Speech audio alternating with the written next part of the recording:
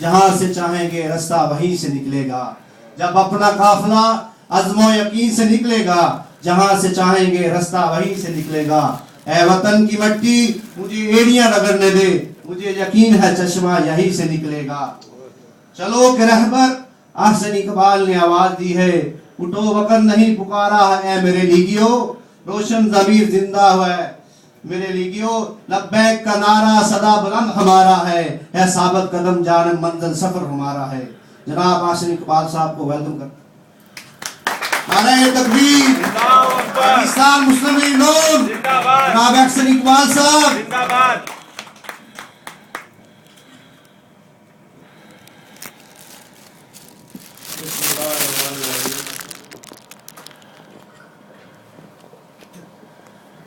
میرے دوستوں, بھائیوں, بزرگوں, میں آپ سب کا بہت مشکور ہوں کہ آپ نے اس بڑی تعداد میں اکٹھے ہو کے اپنی محبت کے ساتھ اس دعوت کا اہتمام کیا اور استقبال کیا. لیکن مسلم لیگ نون کا کارکن ہوتے ہوئے اس بات کا بھی اظہار ضرور کروں گا, اور یہ بات میں ادھر ہی نہیں ادھر بھی کی کر رہا ہوں, کہ یہ بات بڑے دکھ کی بات ہے کہ مسلم لیگ نون دھڑے بندی کا شکار ہو. میری خواہش ہوگی کہ اگلی دفعہ جب میں جاپان آؤں تو مسلم لیگ نون کا ایک ہی مشترکہ جلسہ ہونا چاہیے, کیونکہ ہم اس طرح کی آپس میں گروہ بندی اور انتشار کو حیثیت قوم اب برداشت نہیں کر سکتے. یہ ہماری جو آپس کی نا اتفاقیاں, ناچاکیاں ہیں, اسی نے آج پاکستان کو اس سطح پہ پہنچا دیا. اور آج ملک کے اندر اتنی سیاسی بلوغت پیدا ہو گئی ہے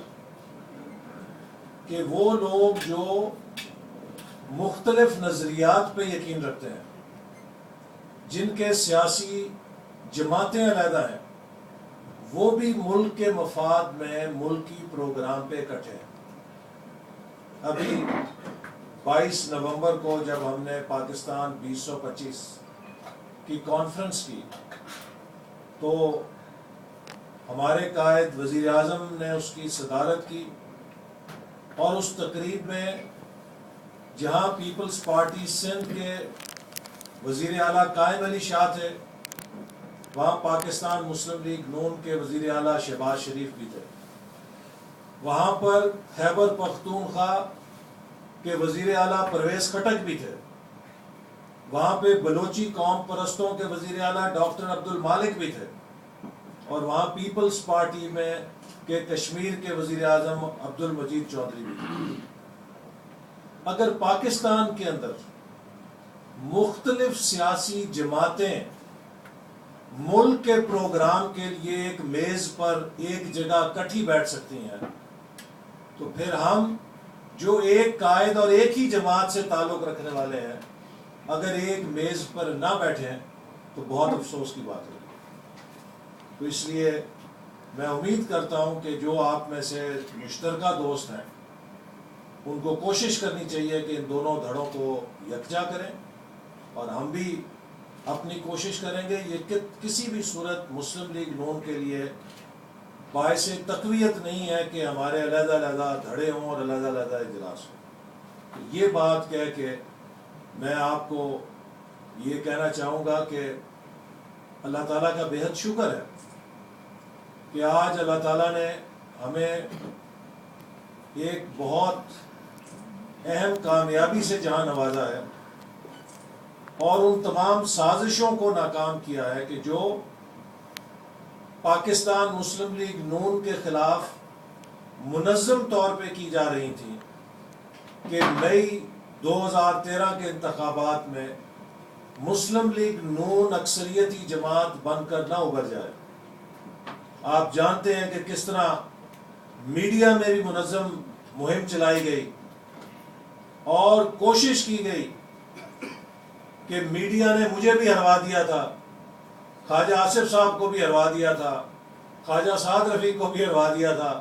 شاہد خاقان عباسی صاحب کو بھی ہروا دیا تھا. جتنے مسلم لیگ نون کے اہم قائدین ہیں ان سب کے بارے میں ایک منظم کیمپین کی گئی کہ یہ انتخاب نہیں جیت رہے یا ان کی صورتحال جو ہے وہ ایسی نہیں ہے کہ یہ جیت سکیں، تاکہ وہ ہمارے علاقے کے ووٹروں پہ اثر انداز ہو سکے. لیکن میں پاکستانی قوم کے شعور کو سلام کروں گا کہ مسلم لیگ نون کو ناکام کرنے اور اس کے ووٹ کو تقسیم کرنے کی جتنی بھی سازشیں ہوئیں، عوام نے اس کو ناکام بنا کر مسلم لیگ نون اور ہمارے قائد جناب نواز شریف صاحب کو بھرپور مینڈیٹ دیا. چونکہ پاکستان اس موقع پر مخلوط حکومت کا متحمل نہیں ہو سکتا تھا. اگر خدا نہ خواستہ اس وقت ایک مخلوط حکومت آ جاتی تو پاکستان کو اس اقتصادی دلدل سے نکالنا چند سالوں میں ناممکن ہو جاتا. میں سمجھتا ہوں کہ اللہ تعالیٰ نے ہمارے ملک کے ساتھ اپنی خصوصی کرم نوازی سے ایک ایسا نتیجہ نکالا ہے کہ جہاں مسلم لیگ نون کو واضح اکثریت کے ساتھ حکومت ملی ہے، اس کے ساتھ ساتھ اس الیکشن کی ایک اور خوبصورتی یہ ہے کہ اس الیکشن میں عوام نے ملک کی تینوں بڑی سیاسی جماعتوں کو مصروف کر دیا ہے اور کسی ایک کو فارغ نہیں رکھا کہ کوئی باہر سے بیٹھ کے پتھر پھینکے اور ملک کے اندر ڈی اسٹیبلائزیشن کرے. جہاں مسلم لیگ نون کے پاس مرکز اور پنجاب کی حکومت ہے اور وہ بلوچستان کی مخلوط حکومت میں شریک ہے، وہاں پیپلز پارٹی کے پاس جو دوسری بڑی جماعت ہے سندھ ہے، اور پی ٹی آئی جو تیسری بڑی جماعت تھی اس کے پاس خیبر پختونخوا ہے. لہذا تینوں بڑی جماعتوں کے پاس ایک دائرہ اختیار ہے کہ وہ اس کے اندر اپنے اپنے منشور پر عمل درآمد کریں اور اگلے الیکشن میں اپنی کارکردگی کی بنیاد کے اوپر عوام کی عدالت میں پیش ہو. اس سے مثبت شاید نتیجہ الیکشن کا نہیں نکل سکتا تھا ان مشکل حالات میں کہ جہاں ایک ذمہ دار سیاست کی ضرورت ہے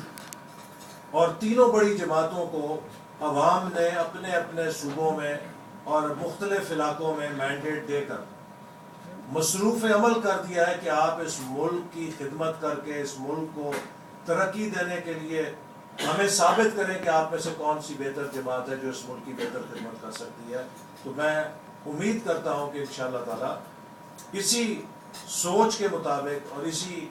عمل کے مطابق ہم اگلے 5 سال میں اپنے اپنے دائرہ اختیار میں پاکستان کی اور عوام کی خدمت کر کے ثابت کرنے کی کوشش کریں گے کہ ہماری ہی جماعت پاکستان کے ترقی کے لیے سب سے اہل ترین جماعت ہے. میرے بھائیوں اور بزرگوں، آج پاکستان کو جس جدوجہد کی ضرورت ہے اس کے لیے کسی روایتی سیاست کی ضرورت نہیں ہے، اس کے لیے مشنری سیاست کی ضرورت ہے. کیونکہ ہم نے ملک کے اندر ملک کی معیشت کو بحال کرنے کے لیے، ملک کے اداروں کو دوبارہ فعال کرنے کے لیے، ملک سے بے روزگاری، غربت اور لوڈ شیڈنگ کو ختم کرنے کے لیے اگر عملاً اسی طرح کام کیا کہ جس طرح آج تک ہم کام کرتے آئے ہیں تو پھر ہمارا بھی حشر وہی ہوگا جو پچھلی حکومت کا تھا. ہمیں ان مسائل سے نپٹنے کے لیے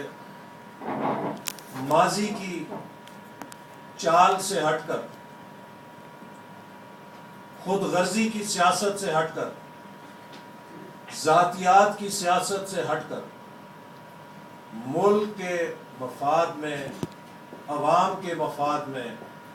اجتماعیت کی سیاست اور کھلے دل کے ساتھ، بڑے دل کے ساتھ ایک دوسرے کے ساتھ مل کر ایک متحد قوم بن کر ان مسائل کا سامنا کرنا. میں آپ کو کہنا چاہتا ہوں کہ جن ممالک نے ترقی کی ہے انہوں نے اجتماعیت کو اختیار کیا ہے، اور بدقسمتی سے ہمارا ماضی اجتماعیت کے حوالے سے کوئی بہت شاندار نہیں ہے۔ مجھے 2004 اور 2006 میں اللہ تعالیٰ نے موقع دیا، جب اس وقت جو گورنر مدینہ تھے وہ مدینہ منورہ کے لیے 21 سالہ ترقیاتی منصوبہ تیار کر رہے تھے، تو انہیں میرا بتایا گیا 2010 پروگرام کے حوالے سے، تو ان کی طرف سے مجھے دعوت آئی کہ میں ایک سینئر ایڈوائزر کے طور پہ اس منصوبے میں شریک ہو سکوں۔ تو مجھے اللہ تعالیٰ نے 2004 اور 2006 کے درمیان مدینہ منورہ قیام کا موقع دیا اور اس منصوبے میں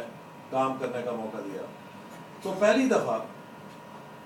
پاکستانی زائرین کو اور دنیا کے زائرین کو قریب سے دیکھا، کیونکہ اس سے پہلے جب بھی حج اور عمرے کے لیے گئے تو انسان اپنی عبادت میں اتنا مشغول ہوتا ہے کہ وہ دائیں بائیں زیادہ غور نہیں کرتا،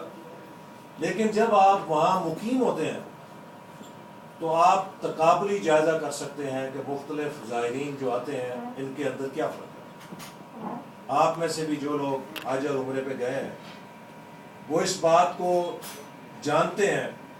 کہ وہاں پر آپ کو انڈونیشیا کے گروپ نظر آتے ہیں، وہاں پہ آپ کو ملیشیا کے گروپ نظر آتے ہیں، وہاں پہ آپ کو ایران کے گروپ نظر آتے ہیں،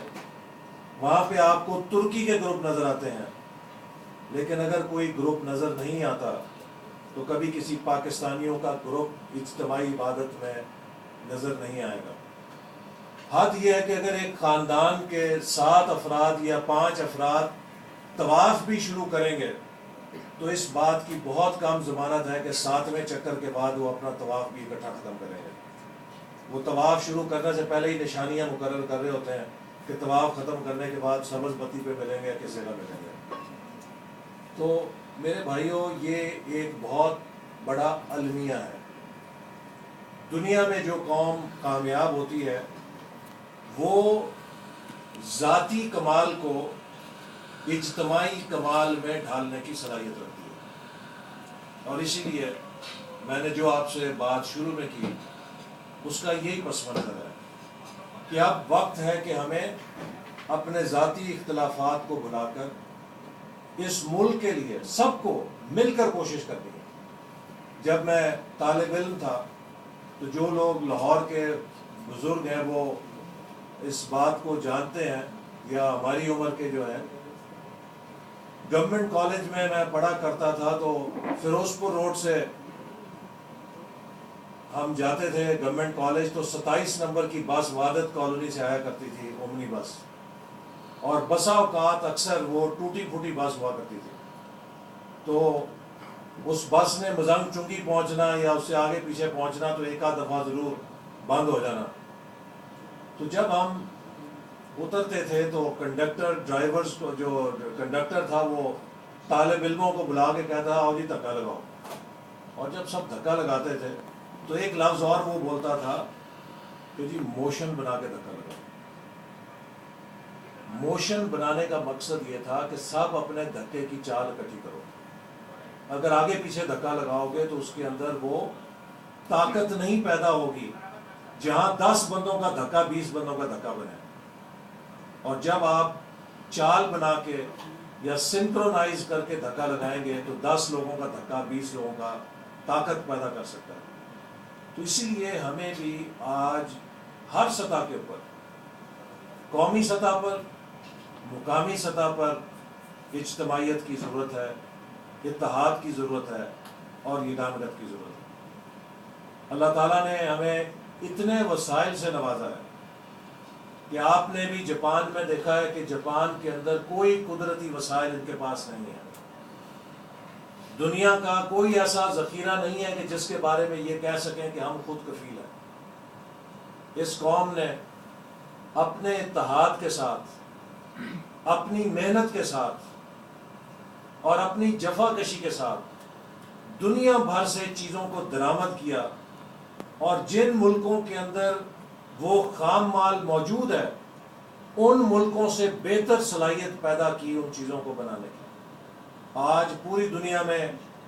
اگر جاپان کا آٹو موبائل انڈسٹری میں راج ہے تو جاپان کے پاس